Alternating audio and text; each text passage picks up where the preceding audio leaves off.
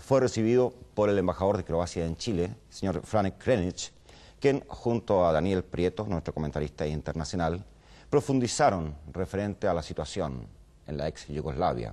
Veamos una entrevista muy interesante y exclusiva para 7 días. Hace aproximadamente una semana hubo un bombardeo aliado sobre Pale como represalia por las acciones de los bosnios serbios y el propio ejército de Serbia en las numerosas violaciones al cese de fuego que había decretado Naciones Unidas. Esto ha traído un enorme interés en los Balcanes, sobre todo después de que los bosnios serbios han capturado a varias tropas de Naciones Unidas y las han usado como escudos humanos para evitar que la OTAN vuelva a atacar puntos estratégicos. Pero para entender en su contexto histórico qué significa todo este problema en los Balcanes, qué significa el problema de los croatas con los serbios, el problema de los bosnios con los serbios, vamos hoy día a hacer una primera revisión en el mapa y la relación de los Balcanes con los países vecinos para darnos cuenta de la importancia relativa de la zona. Inmediatamente después vamos a hablar con el embajador de Croacia en Chile, que nos va a explicar detalles sobre estos acontecimientos. Para esto hemos usado este mapa, o hemos traído este mapa que tenemos aquí a mi izquierda,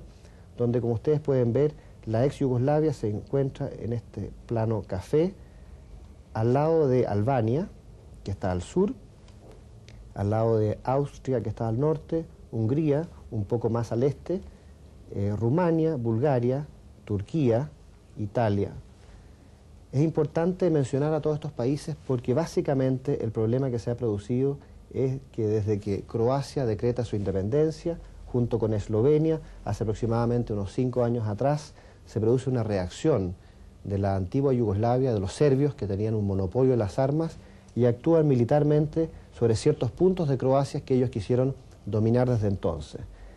Básicamente el problema que hubo en esa época es que Croacia no se pudo defender. En el mapa vemos a Croacia en este sector con la Dalmacia por la costa que dominan históricamente los croatas. Al norte vemos a Eslovenia, muy vinculada también históricamente a Croacia. Y el ataque de esa época de los serbios fue hecho por milicianos serbios en la zona de Eslavonia, en la zona de la Krajina, que está aquí al centro, y apoyado indirectamente por el ejército de Belgrado, el ejército serbio, que tenía el monopolio de las armas. En gran medida este conflicto se expandió y se prolongó en esa época porque Croacia no tenía armas para defenderse y esto se agravó porque había un embargo decretado por Naciones Unidas que impidió generar un equilibrio que probablemente podría haber detenido la guerra. Pero después que los serbios controlaron los territorios de Eslavonia y la Krajina que ellos querían controlar, lograron un cese de fuego parcial con tropas de Naciones Unidas en las fronteras. Y 2 o 3 años después el problema se prolonga en la zona de Bosnia. Teniendo a Croacia acá, Bosnia está en esta zona central. Esta es la zona de Bosnia-Herzegovina, que al igual que Croacia y Eslovenia, históricamente estaba vinculado al imperio austrohúngaro y por lo tanto a los imperios centrales germánicos también, con una relación de religión católica mayoritaria, aunque en el caso de Bosnia, a diferencia de Croacia, hay numerosa población musulmana y también hay numerosa población ortodoxa serbia. Serbia, que está en este sector del mapa, con su centro en Belgrado, y que está a su vez vinculado en la costa con Montenegro, que suma una población de alrededor de 8 millones de serbios y unos 3 millones de montenegrinos, es el que está proyectando en este momento una política expansionista, imperialista, para revivir la antigua Gran Serbia. Serbia está vinculada históricamente a los griegos, son pueblos eslavos que han sido cristianizados desde Grecia hacia el norte y a su vez por el mismo proceso de cristianización en el siglo VII y VIII, esta vinculación de los serbios se relaciona a su vez con la Rusia eslava. Un poco más al sur tenemos a Kosovo, que más o menos se ubica en este sector, muy vinculado históricamente a los albaneses. De hecho, el 92% de la raza de Kosovo es de origen albanés. Los albaneses tienen una mayoría musulmana, pero también tienen ortodoxos y católicos dentro de su población. Y por lo tanto, por el hecho de tener una mayoría musulmana y por el hecho de haber pertenecido a la raza iliria, que no es exactamente la misma que la raza eslava, hay una vinculación histórica de ellos con Turquía. Y esto es especialmente importante porque a su vez Turquía, históricamente, a través del Imperio Otomano, había invadido Grecia, Albania, Macedonia, Kosovo, Serbia, Bosnia, Croacia, y había incluso tratado de penetrar hacia el centro de Europa, siendo en esa época, estamos hablando del siglo XVI, XVII, Croacia el área donde se detuvo al Imperio Otomano, y aunque en algunas oportunidades ellos hicieron incursiones que pasaron sobre Croacia, nunca se consolidaron sobre Croacia. En cambio, sí se consolidaron en Bosnia, sí se consolidaron en Serbia, en Montenegro y en las provincias del sur, vale decir Kosovo y Macedonia. Todo esto significa que exista una vinculación histórica de los croatas y los eslovenos con el mundo católico romano y con el mundo católico del Imperio Austrohúngaro, y a su vez exista una vinculación histórica de los serbios y los montenegrinos con el mundo ortodoxo de Grecia y también de Rusia.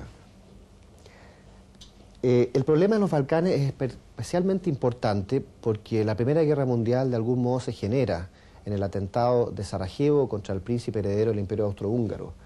Y en la Segunda Guerra Mundial hay un rol bastante importante de los Balcanes cuando los italianos invaden los Balcanes y fracasan en su intento por controlar Yugoslavia, y Alemania debe destinar una enorme cantidad de tropas que estaban orientadas en el frente ruso para apoderarse de Moscú, para apoderarse del Cáucaso, debe dispersar fuerzas y concentrarlas en el sur para apoyar a Italia y ayudar en el control sobre Yugoslavia. Se dice que de algún modo esto produjo un desbalance que impidió a Alemania apoderarse de Moscú e impidió a Alemania apoderarse del Cáucaso, por lo tanto de adquirir el petróleo que le hubiera permitido cierta autonomía y probablemente ganar la guerra antes de la intervención de Estados Unidos. De ahí que tanto en la Primera Guerra Mundial como en la Segunda Guerra Mundial los Balcanes han sido decisivos para los acontecimientos generales de Europa. Y por eso es que es tan delicado y peligrosa la situación actual, porque así como estamos muy bien informados de lo que está pasando ahora con la captura de los cascos azules por los bosnios serbios, también hay una serie de otros hechos al sur de la ex Yugoslavia que son poco conocidos y que crean problemas internacionales graves. Por ejemplo, nadie se ha dado cuenta que en este periodo los serbios se han apoderado de Kosovo, trayendo hacia el sur 35.000 soldados hace 3 años atrás y 25.000 policías, es decir, alrededor de 60.000 soldados, apoderándose de Kosovo, que es un territorio mayoritariamente de raza albanesa.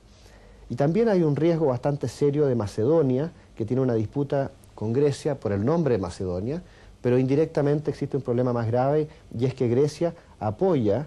a Serbia en gran medida porque históricamente los griegos y los serbios han luchado contra el Imperio Otomano,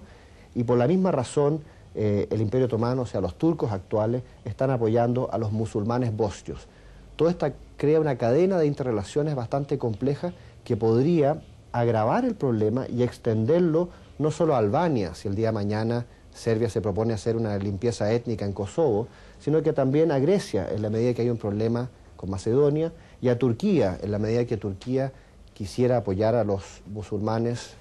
bosnios. Y esto acarrearía el apoyo indirecto de Rusia y también distintas simpatías históricas que ha habido en la Europa occidental, de los franceses, los ingleses con los serbios, o de los alemanes y los austríacos y los húngaros con los croatas y los eslovenos.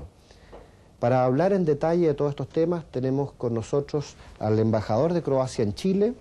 don Frank Krenic, que ha tenido la buena voluntad de tocar estos temas para 7 días y para el programa de Plaza Mayor. Señor embajador, muy buenas tardes, muy buenas noches. Gracias por estar con nosotros y perdona esta improvisación en que nosotros hemos llegado de forma intempestiva a su oficina. Nosotros no estamos acostumbrados a hacer este tipo de despliegues fuera de nuestros estudios, pero estamos tratando de lograr una mayor información sobre los acontecimientos últimos y ahí el interés de los chilenos por este problema. Sí, es verdad. Yo diría 98% de todos los sureslavos que viven en Chile son de origen croata.